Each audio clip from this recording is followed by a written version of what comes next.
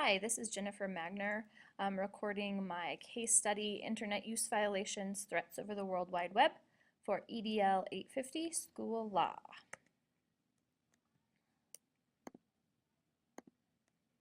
Category 1, Problem Identification and Analysis. What do I already know? Number 1, Roosevelt High School is a very affluent school. Number 2, Ms. Walker has been a teacher for 2 years and is a very rigorous teacher who has not been successful at establishing rapport with her students, despite getting extra help from Dr. Forbes, the principal. Number 3, Dr. Forbes has been the principal for 9 years and is well respected by parents. Number 4, an inappropriate website has been created about Ms. Walker that includes vulgarities and a perceived threat against her. What do I need to know? Number 1, who created the email and website, obviously. Number 2, was there a conflict or incident that sparked this situation? Number 3, is the threat legitimate or just a prank? And number 4, are there school policies in place that have been violated by the students? Category 1, identifying the problem. The problem is a teacher that is not well liked by parents and students has received an anonymous email directing them to a website that contains vulgar language and a perceived threat to her safety. Category 2, my proposed plan of action with appropriate strategies for implementation. Number 1, the first thing that should happen is Dr. Forbes needs to be documenting every single detail of the situation.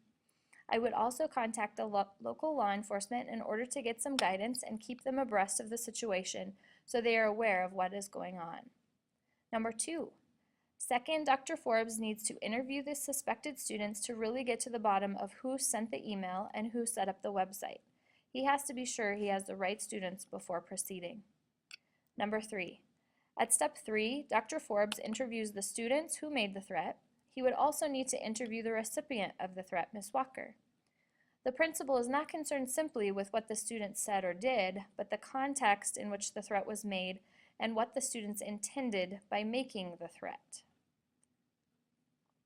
Fourth, Dr. Forbes must make an important distinction between transient threats, which are easily resolved because they're not serious threats, and substantive threats, which are serious in the sense that they pose a continuing risk or danger to Ms. Walker. Transient threats can easily be identified as expressions of anger or frustration, or perhaps inappropriate attempts at humor, that dissipate quickly when the student reflects on the meaning of what he or she has said. In contrast, substantive threats represent a sustained intent to harm someone beyond the immediate incident. Number 5, a transient threat can be resolved quickly. Dr. Forbes should require the student to apologize or explain to Ms. Walker or take other action to make amends for the student's behavior. He may also respond with a reprimand and other disciplinary consequences if it was determined the behavior was disruptive or violated the school's policies. In our school, it would be probably out-of-school suspension. Number 6, if the threat was substantive, Dr. Forbes has to take immediate action. The student or students need to be suspended, and law enforcement and mental health must get involved at that point. Number 7, through the whole process, Ms. Walker needs to feel that she is safe.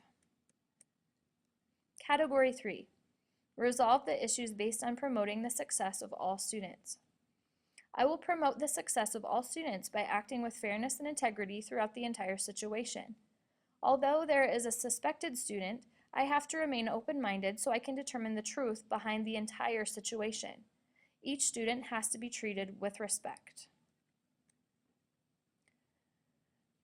In order to promote the success of all students, I will act ethically by making sure the school policies and laws are being followed in every aspect of the situation. I will also be promoting the success of all students by distributing fair consequences for the actions the students have displayed.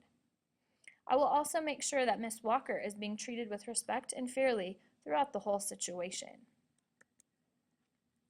Category 4, debrief the problem by reflecting on what you are thinking, feeling, and valuing, and by identifying issues that are unresolved or open to further investigation. The first time I read through the situation, I felt very upset that students did this to a teacher.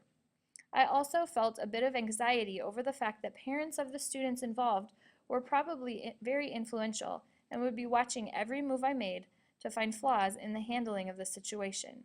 So I felt like I needed to document everything. I was also feeling very worried for Miss Walker, as she is definitely fearing for the worse.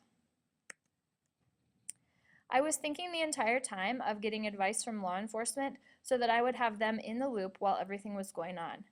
It would make me feel better to have them guiding the direction in the case in case something goes wrong. The values that guided me were open-mindedness, fairness, and being ethical. Category 5. Reflect on Standard 5, Component 1. How did I demonstrate a sense of integrity and ethical behavior? I drew no preconceived conclusions and wanted to make sure I was getting to the truth of the situation. I made sure to touch base with local law enforcement. Component 2. I have clear evidence that I acted with fairness by interviewing both parties to get to the bottom of the reasons for the website and making sure that there are appropriate consequences for the students responsible for the website and email. Component 3. I demonstrated a personal and professional code of ethics by making sure I was getting all sides of the situation, making sure I was consulting with law enforcement, and making sure I was treating everyone involved with respect. That is all.